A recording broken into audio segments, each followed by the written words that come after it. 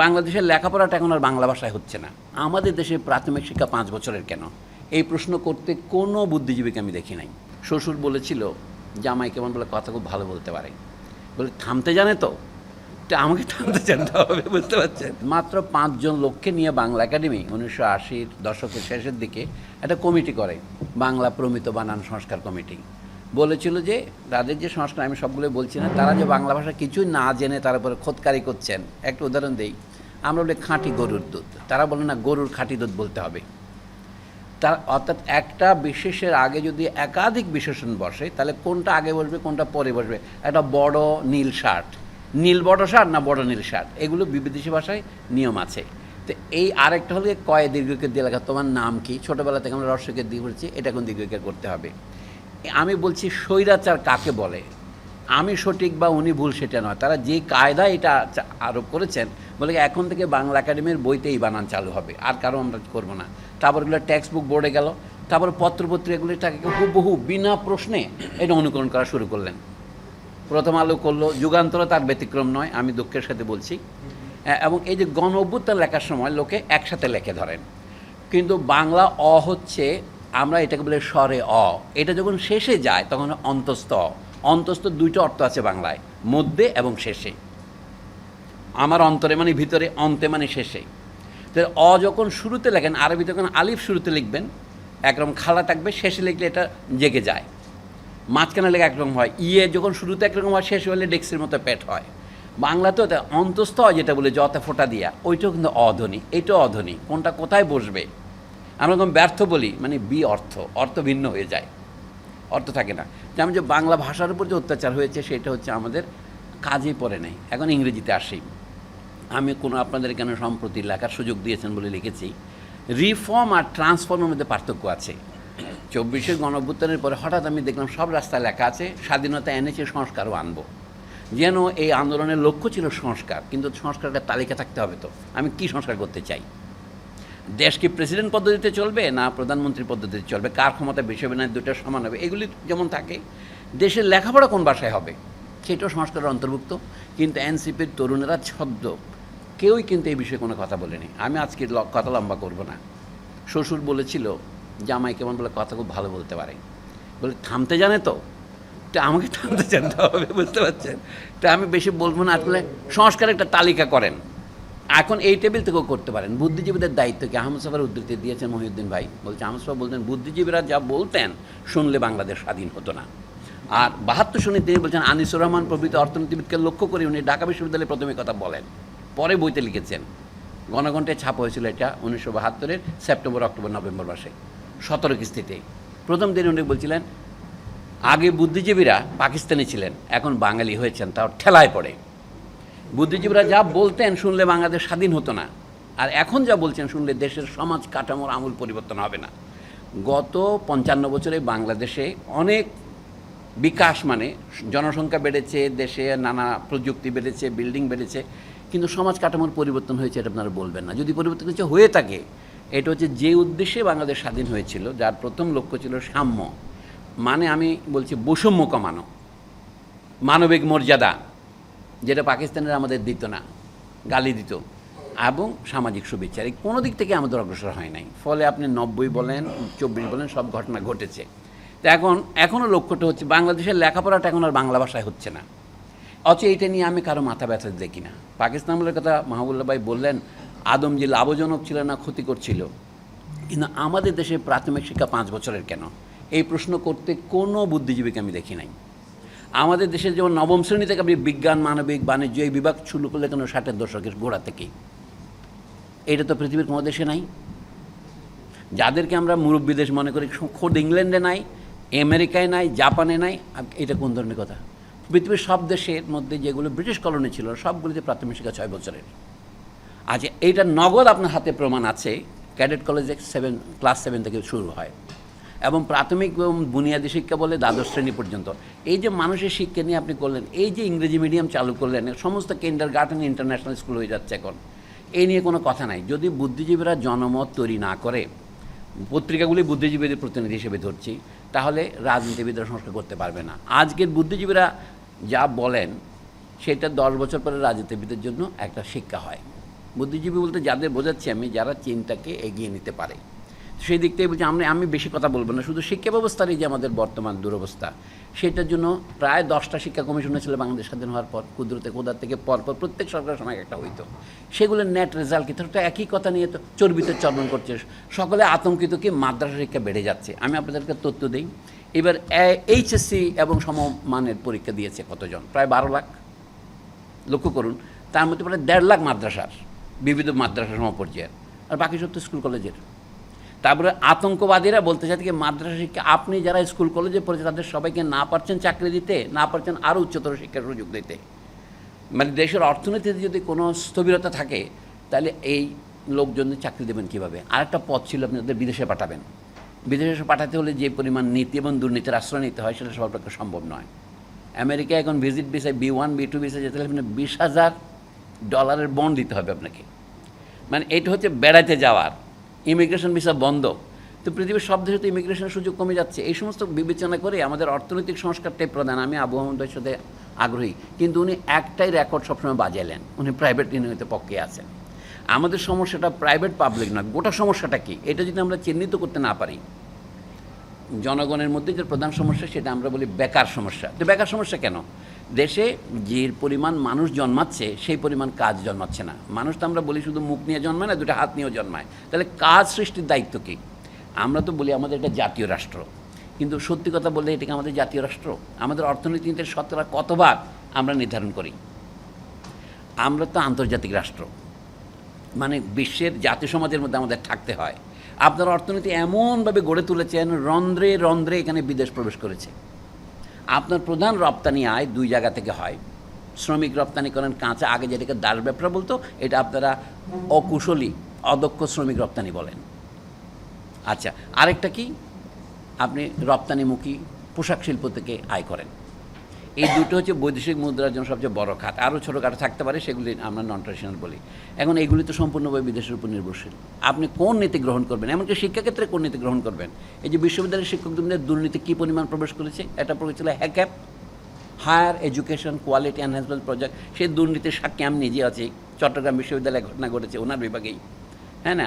আমার সাথেও প্রতারণা করেছে ও তৎকালীন যিনি এই প্রধান ছিলেন। যে আমি কথা বলবো না। এখন আবার শুরু হচ্ছে একটা হিট, এটা হলো it generates more heat than light.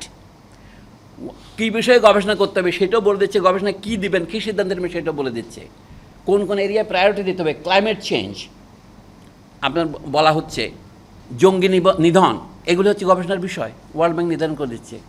তো এই জন্য বলি যে বিশ্ববিদ্যালয়ের শিক্ষকরা টাকার জন্য 5 কোটি টাকা দেওয়া হচ্ছে, 50 লাখ টাকা দেওয়া হচ্ছে বিভিন্ন প্রকল্পে, বিভিন্ন মাপে। তাতে একটা ডিপার্টমেন্টকে একটা দিতেই হবে প্রকল্প, তাতে 4-5 জন থাকবে। এই অদ্ভুত সব ব্যাপার। আমি বলছি দেশের শিক্ষা ব্যবস্থা হচ্ছে মৌলিক ব্যবস্থা। ওই যে একটা অর্থনীতিবিদের বিখ্যাত বই আছে, production of commodities by means of commodities. আপনার সবচেয়ে বড় কমোডিটি হচ্ছে মানুষ বর্তমান যুগে। আপনি যদি ভালো মানুষ তৈরি করতে, ভালো মানে শিক্ষিত দক্ষ তৈরি করছেন, তাহলে শিক্ষা ব্যবস্থার সাথে কোনো বিকল্প নাই।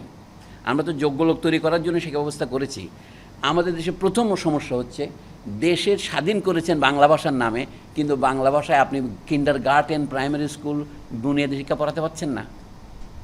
আপনি বই লিখতে পারছেন না, টেক্সট বই নাই। আপনাকে ভারত থেকে বই আমদানি করে পড়াতে হবে। বাচ্চারা আমার বাড়িতেও পড়ে, অশোকা করে, ইন্ডিয়ান টেক্সট বই পড়াচ্ছে ক্লাস 2, 3, 4 বই দিয়ে। গোটা মুঞ্জামলে হয়েছে। তো আপনারা যে বলেন আমাকে 31 তারিখে তো বক্তৃতা, আমি তো গত 21 বছর ধরেই এই নীতিগুলির সমালোচনা করছি। এই যে আমাদের আবু আহমেদ সাহেব বলে গেলেন যে এখন দারিদ্র বাইরে 20 থেকে 25 হয়েছে, কিন্তু আপনি কীভাবে দারিদ্র মাপেন? এটা আনিস রহমান সাহেব বলতেন, chicken feed theory of poverty. 2200 kilo calorie খাইলে একটা লোক আর দরিদ্র থাকে না। সেটা কি?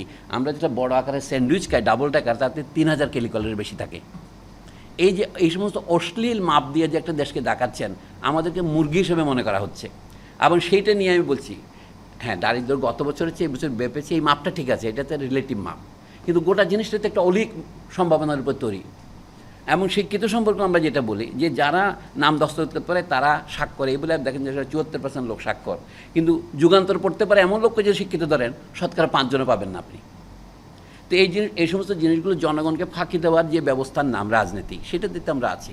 আমি মনে করি যে 24-এর অভ্যুত্থানের পর আমাদের এইসব বিষয়ে চিন্তা করার অবকাশ তৈরি হয়েছে। আগে তো গলা টিপে দেওয়া হতো, এখন আমরা কিছুটা বলতে পারি, কিন্তু আমরা নিজেরা জানি কি না। সুতরাং আমি কথা শেষ করি এখন দেশে প্রাথমিক এবং মাধ্যমিক উচ্চ মাধ্যমিক এই পর্যন্ত শিক্ষাটা আমরা কম্পালসারি করার কথা বলছি না, এটা তো অবৈতনিক করা উচিত ছিল। বর্তমান যে এত আপনি সাবসিডি দিতে পারছেন, শিক্ষা সাবসিডি দিতে পারছেন না। জাতীয় আয়ের শতকরা কত ভাগ খরচ করলে দেশে নিরক্ষরতা দূর হয়, এই বিষয়ে জাতিসংঘের পরামর্শ, ইউনেস্কোর পরামর্শ 1968 সনে ছিল শতকরা 6 ভাগ কমপক্ষে দিতে হবে, বেশি দিলে ভালো। নিকারাগুয়া, কিউবা প্রভৃতি দেশ 10 বছরের মধ্যে দিয়েছে, তাতে তারা মার্কিন যুক্তরাষ্ট্রের উপরে চলে গেছে, এটা আমার বক্তব্য নয়, কিন্তু তারা দেশের ব্যাপক জনগণের মধ্যে অশিক্ষা দূর করার ক্ষেত্রে অগ্রগতি সাধন করেছে।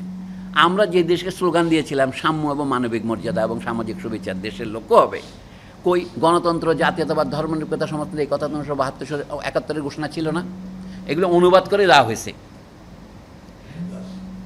মানে লেখেন 71-এর 10 এপ্রিল থেকে 72-এর 4 নভেম্বর, এই মানে 18 মাসের 19 মাসের মধ্যে আপনি দেশের একটা ভাবা, এটা তো অনুবাদ, কিন্তু অনুবাদ করতে গিয়ে যে প্রতারণাটা হয়েছে, গণতন্ত্র থাকলেই হইতো। আপনি যে বাকিটা সমাজতন্ত্রের কথা বলেছেন, ওই জন্যই আহমদ সাহেব এই কথাটা বলেছিলেন। বুদ্ধিজীবীরা এখন যা বলতেন শুনলে বাংলাদেশ স্বাধীন নয়। সেই বুদ্ধিজীবীদের একজন হচ্ছে রহমান সোবহান, বেঁচে আছেন এখন সৌভাগ্যবশত। সেই বুদ্ধিজীবী হচ্ছে রহমান সোবহান, আনিসুর রহমান, মোশাররফ হোসেন, এবং এদের নিয়ে আবার বড় বড় ঢাউট বই বেরোচ্ছে এখন, নুরুল ইসলাম সহ এদের নিয়ে ডেভেলপমেন্ট ইকোনমিক্স। আবার এটাকে আবার টাইম কী ধরনের পত্রিকায় 10টা সেরা বইয়ের মধ্যে তালিকার মধ্যে নিচ্ছে। কিন্তু এরা কী করেছে, আহমদ সাহেব বলছেন আপনারা যে পরামর্শ দিচ্ছেন, যে সমাজতন্ত্র করতেছেন, এতে দেশে কোনো সমাজতন্ত্র হবে না, সমাজতন্ত্রের পরিবর্তন হবে না। আমরা এখনও বলি এই বাংলাদেশ খুব গরিব দেশ নয়, এই যে বিপুল পরিমাণ অঢেল সম্পদ দেশ থেকে পাচার হয়েছে। আপনি বলেন দেশে যেটা পাচার হয় না সেরকম নয়। আসল কথা সেটা বিতরণের কথা আসলেই আবু আহমদ সাহেব বলে কি আপনি দারিদ্র বিতরণ করবেন? আমি তো দারিদ্র বিতরণের কথা বলি নাই। আমরা সিফিলিস বিতরণ করি না। স্বাস্থ্যকে বিতরণ করা যায়, কিন্তু কঠিন ব্যাধি সংক্রামক, স্বাস্থ্য নয়। তাহলে আপনাকে পদক্ষেপ নিতে হবে, এই জন্য তো দেশের সরকার দরকার। তো যা হোক, আমি একটা ক্ষেত্রে সময় বাঁচাবার জন্য বললাম, যেহেতু শ্বশুরের পরামর্শ থামতে হবে, সেটা আমি বলবো যে শিক্ষা ক্ষেত্রটাই ঠিক করেন। এটা ঠিক করতে আপনার পয়সা লাগবে। তো আপনি পদ্মা সেতু করতে চেয়েছেন, পয়সা পাইছেন কোথায়? ঋণ করেছেন। তো ঋণং কৃতম ঘৃতম পিবেত, তো আপনি পিবেত করেন। আপনি তো লেখাপড়ার কাজটা যদি করেন, এই যে আপনারা কি কেউ আমাকে উত্তর দিবেন? এই যে আমরা ইংরেজি মিডিয়াম করতে দেশের কি উন্নতি করতেছি?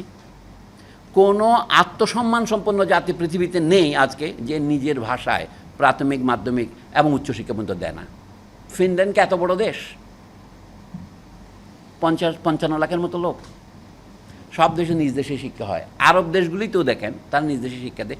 ইংরেজি আমি শিখবেন, কিন্তু আপনার কিন্ডার গার্ডেন, প্রাইমারি স্কুল যে একতফা ভাই, এই যে আপনি ডিওএইচএসের নাম নিচ্ছেন, এই সব জায়গাতে ক্রমশ আমি গেলাম, বিইউপিতে আমাকে মাঝে মাঝে ডক্টর থাকে, একটাও বাংলা শব্দ নাই জরুরি বাহির ছাড়া।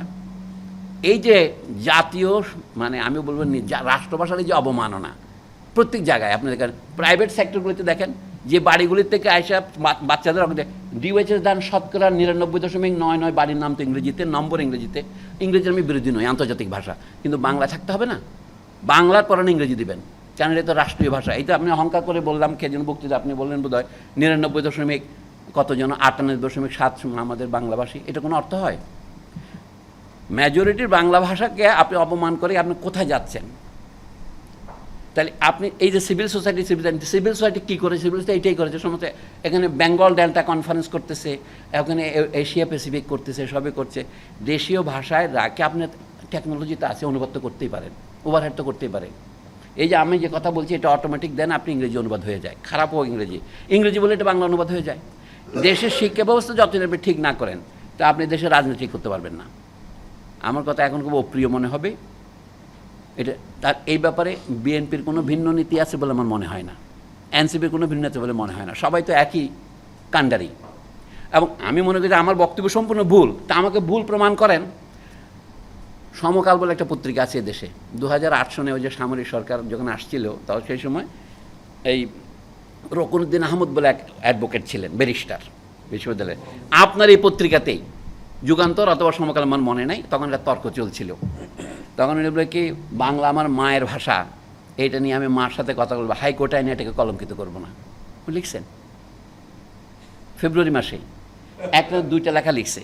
তো এই হচ্ছে বাংলাদেশের উচ্চশিক্ষিত লোকদের আইডিয়া। ওরা মনে করি ইংরেজি থাকলে ভাষা পবিত্র থাকবে হাইকোর্টে, এবং সেটা চলছে কোন 52 সনের ভাষা আন্দোলনের 50-60 বছর পরে। এখন আমি একটা কথাই বললাম, যদি আপনি এখানে নাগরিক ভবনের কথা বলেন, আমি শুরু করছি গণ অভ্যুত্থানের মাঝখানে যে হাইফেন দিয়েছেন, হাইফুন না দিলেও চলে, হাত রাখলে চলে, কিন্তু গণর সাথে অভ্যুত্থান লাগিয়ে দেওয়া যায় না, কারণ অটা তখন অন্তস্তীয় হয়ে যাবে। এইটা দিয়ে কোনো শব্দের মাঝখানে বসানো যায় না, এটা স্বরীয় দিয়ে শুরু হয়, এটা অন্তস্থ হয় না, এই জন্য আলাদা রাখতে হবে আপনাকে। হাইফেন দিয়ে আপনি বেঁচে গেছেন ইজ্জতে, কবি মানুষ। আমি আর কিছু বলবো না, ধন্যবাদ।